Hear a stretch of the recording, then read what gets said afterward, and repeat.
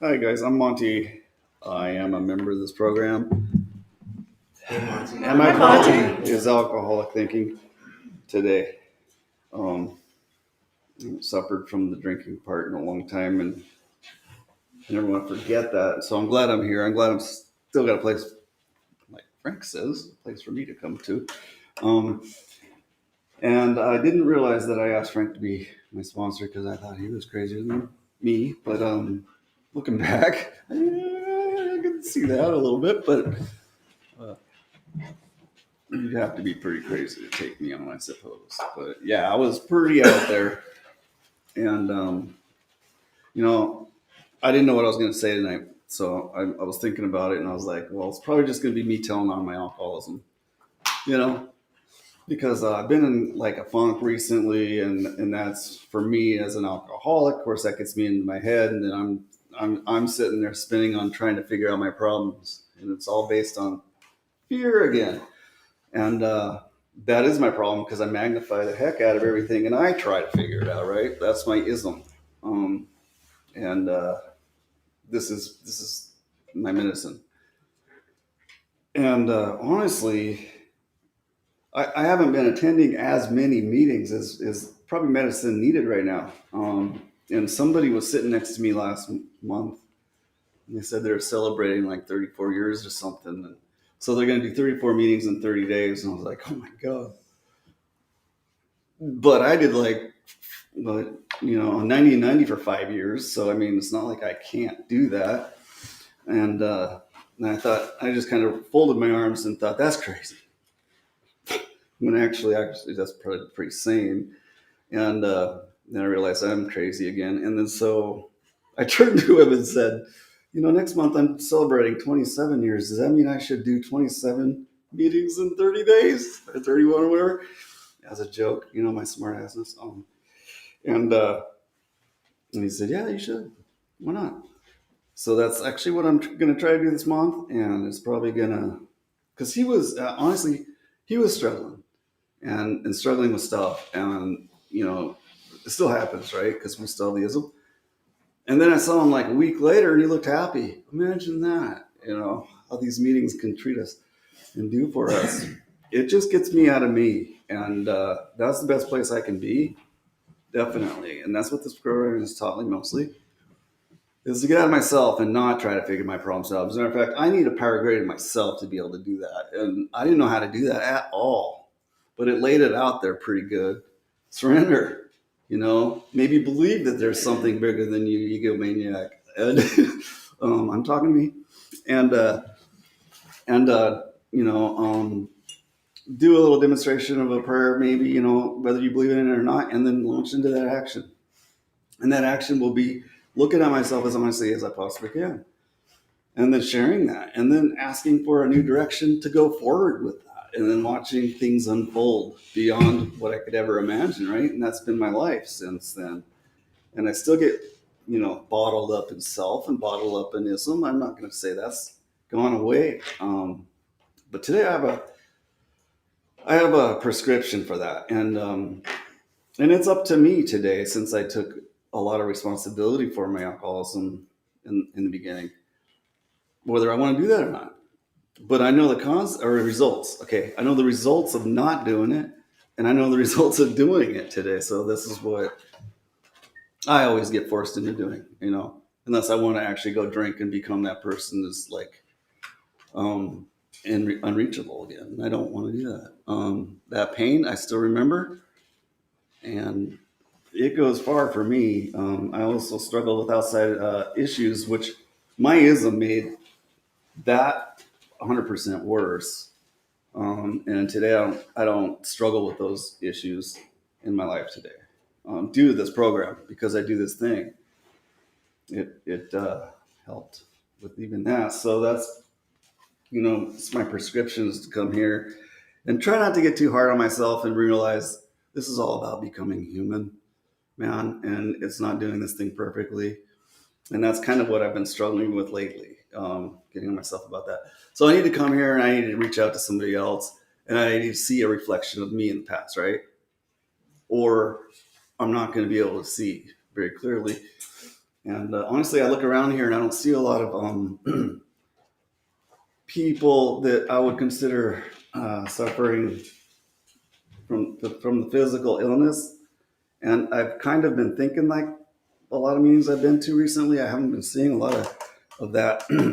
So I think for me, getting out of myself and out of my surroundings and finding those people hadn't been what I've been focusing on doing, which is my prescription. So yeah, telling them my alcoholism is part of the deal.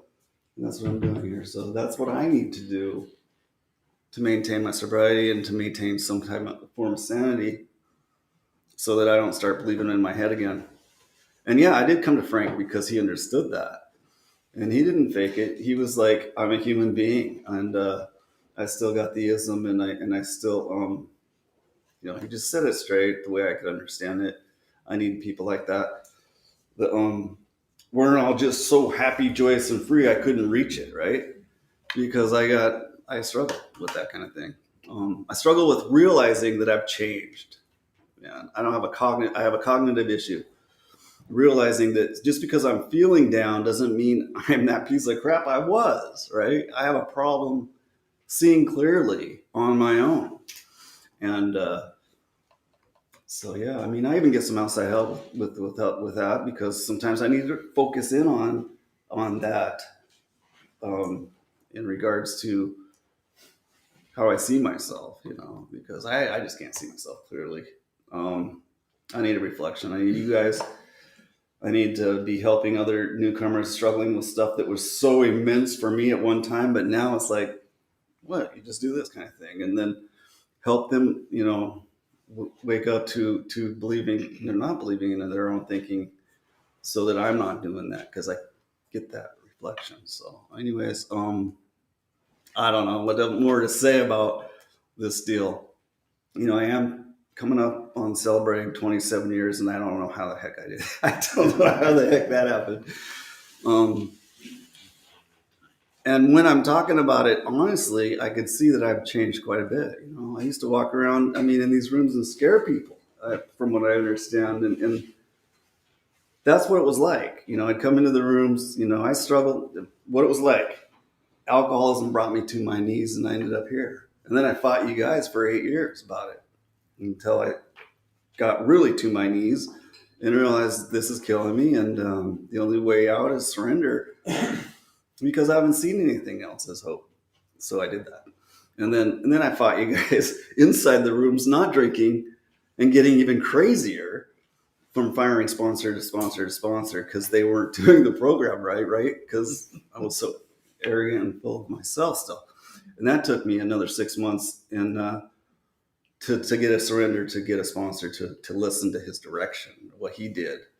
And he had a sponsor and still followed his direction. So it's like, okay, I'll do that. And he spoke to me just in the black and white letters. He wanted me to read the black part in the book and just tell him what I thought. And then he'd tell me what he thought, or what he got from it. And then I started seeing that my thinking was completely backwards. And that made my head spin. And I realized I needed this more. And then I continued to follow that path. I did the steps and did what I promised him and passed it on to other people as best I could. What happened was I started changing despite myself. You guys tricked me. And I was allergic to love. I didn't know how to react to that stuff. And you guys were trying to give that to me and it made me cringe, He would send people up to me and like, hug that guy. My sponsor would at the time. And I just like tense up like a flagpole and didn't want any of it. And then eventually it broke me down and I started opening up and getting some of that as I was giving it away. And I got less allergic to love, if you will. Now I like peace of mind. I like quiet. I'm not addicted to chaos like I used to be. I no longer walk around thinking, oh, Jesus Christ, thank God. And I was convinced, actually. But anyways, yeah, things have changed. So, and I actually care. Sometimes to the point to where I even start shying away from helping people, honestly, because it can be heartbreaking. But that's a bullcrap alcoholic thought trying to keep me away from getting better. So I have to do it. Even when I shy away, I have to call myself out on that and say, hey, look, you're starting to believe you're thinking again. You need to do it whether you want to or not, or whatever alcoholism is trying to tell me, trying to bring me back. It'll get me at any angle, different parts of my sobriety. And right now, that's how alcoholism is saying, hey, you shouldn't help people, man. It's hurting you. What? That's insane, right? That's insane, because what I just described to you is that's exactly how I got better. So that's what I got to do is tell them that,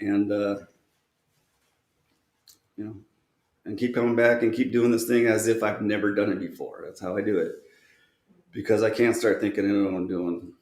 I got to continue to listen like I don't. And there's 4 minutes left. I'm going to give it to 5.